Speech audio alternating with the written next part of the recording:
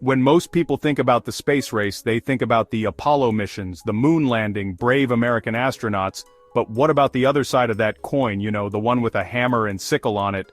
The Soviet Union might have lost the race to the moon, but their space program was full of audacious goals, incredible engineering, and yes, some spectacular failures.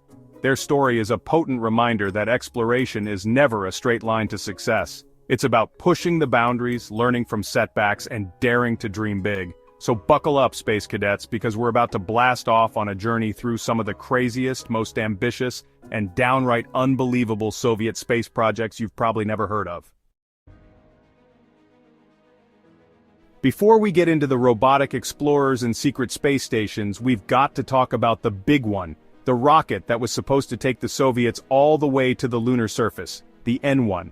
The Americans had their Saturn V, a towering behemoth designed to send humans to the moon. The Soviets, not to be outdone, poured their engineering might into creating their own lunar launch vehicle, the N-1.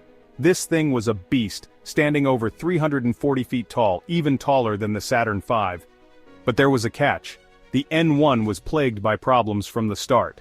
Its Achilles heel was its 31st stage engines. Coordinating that many engines proved to be a nightmare. The result? 4 disastrous launch attempts, each ending in fiery explosions. After all that work, the N-1 never even made it to orbit, let alone the moon. The N-1 rocket might not have gotten the Soviets to the moon, but that didn't mean they were giving up on exploring our celestial neighbor. While the Americans were focusing on putting humans on the lunar surface, the Soviets were quietly working on a different approach: robots. Enter the Lunokhod program. Starting in the late 1960s and early 1970s, the Soviets successfully landed not 1, but 2 robotic rovers on the moon. These were the first remote-controlled robots to explore the surface of another celestial body. Imagine the control room back on Earth, scientists and engineers navigating their lunar avatars across the desolate, cratered landscape of the moon. Lunokhod 1 and 2 were testaments to human ingenuity, our relentless drive to explore the unknown. These rovers collected data on lunar soil, measured radiation levels, and even conducted experiments on Earth-Moon laser ranging. They paved the way for future robotic missions to the moon and beyond. Now let's talk about the Soviet answer to the space shuttle, the Buran. This was their version of a reusable spacecraft designed to ferry cosmonauts and cargo into low Earth orbit and back. The Americans had their space shuttle program, and the Soviets were determined to keep pace. They poured resources into developing the Buran, which translates to snowstorm or blizzard. It bore a striking resemblance to the American shuttle.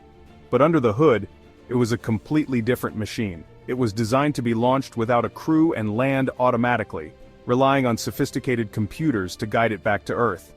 After years of development, the Buran finally took to the skies in 1988 for its one and only orbital mission. It circled the Earth twice, deploying a satellite along the way, before making a picture-perfect automated landing back on Earth.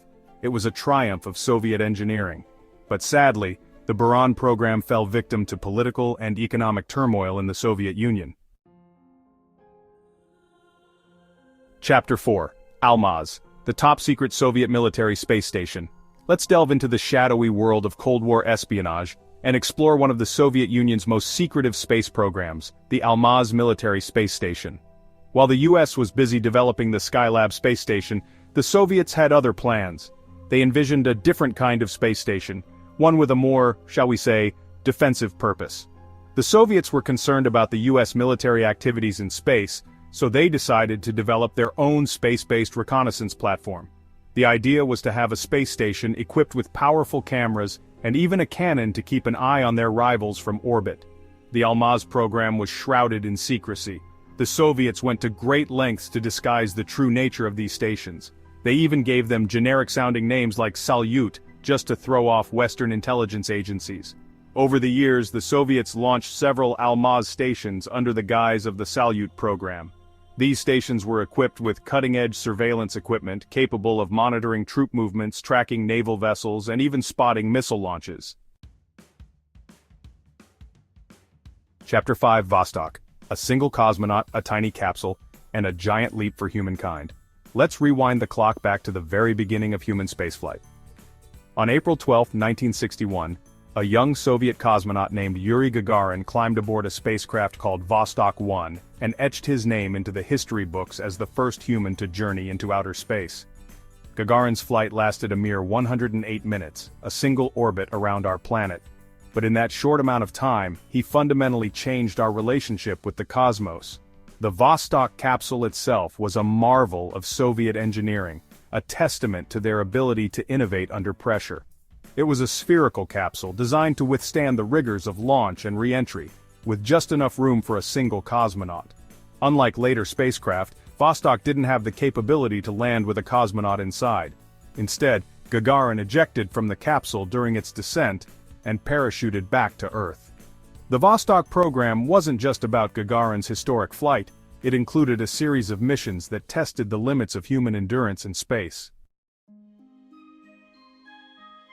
Chapter 6. Soyuz, the workhorse of space, from Cold War rivalry to international cooperation. From its Cold War origins to its role in international collaboration, the Soyuz spacecraft exemplifies human ingenuity and resilience. Over 50 years later, the Soyuz remains in service, transporting astronauts to the ISS. Its robust design continues to support space exploration and international cooperation. Chapter 7. Red Planet Dreams, the triumphs and tragedies of the Soviet Mars program. In the annals of space exploration, the allure of Mars has always held a special place, captivating our imaginations and beckoning us to unravel its mysteries.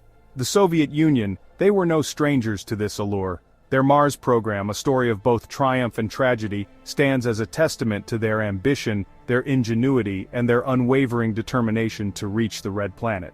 The Soviet Mars program was a roller coaster ride, marked by early successes, heartbreaking failures, and a relentless pursuit of knowledge. Their first attempts to reach Mars in the early 1960s were met with disappointment. But the Soviets were persistent. They learned from their setbacks, refined their designs, and came back stronger. In 1971, their Mars 3 probe became the first spacecraft to achieve a soft landing on the Martian surface. The mission itself was short-lived, but those precious few seconds provided valuable insights into the Martian atmosphere and surface conditions. The Soviets followed up with a series of increasingly sophisticated missions, including the Mars 5 orbiter, which captured the first-ever images of the Martian surface in color. Chapter 8. Salyut, the pioneers of long-duration spaceflight and the foundation for Mir. The Soviet Union's Salyut program pioneered long-duration spaceflight, leading to Mir and the ISS. Launched in 1971, Salyut 1 marked a new era, enabling long missions and microgravity research. Despite challenges, the Soviets advanced space endurance, setting new records and conducting groundbreaking research. Chapter 9. Energia, the super rocket that could have rivaled the Saturn. 5. Few rockets have captured the imagination quite like the Saturn V, the mighty launch vehicle that propelled humanity to the moon. But the Soviet Union was developing their own super-heavy lift launch vehicle, a rocket so powerful, so ambitious, that it had the potential to rival even the mighty Saturn V. This was the Energia rocket. The Soviets were determined to develop a rocket that could match, if not surpass, the capabilities of the Saturn V. The Energia project was born. This was a rocket unlike any other. It was designed to be incredibly powerful, capable of carrying over 100 tons into low Earth orbit. The Energia was more than just a powerful rocket. It was also incredibly versatile. It was designed to be modular, meaning that different components could be swapped out or added, depending on the specific mission requirements. The Energia only flew twice, both times in 1987 and 1988. Chapter 10. Zond, Racing to the Moon and Back. The story of the Soviet circumlunar missions. Let's journey back to the space race when every launch was a gamble with national pride at stake. While the US prepared for Apollo, the Soviet Union had its own lunar ambitions. The Zond program aimed to slingshot a crew around the moon and return safely. Zond missions pushed Soviet space technology to its limits. In September 1968, Zond 5 carried living organisms around the moon and back. The world watched as the capsule splashed down in the Indian Ocean. Outro, a legacy beyond the space race.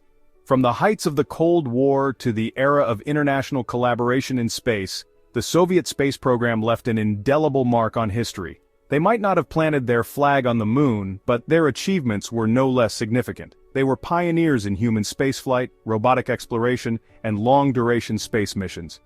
Their story is a testament to the power of human ingenuity, determination, and the relentless pursuit of scientific progress. So keep exploring, keep questioning, and never stop reaching for the stars.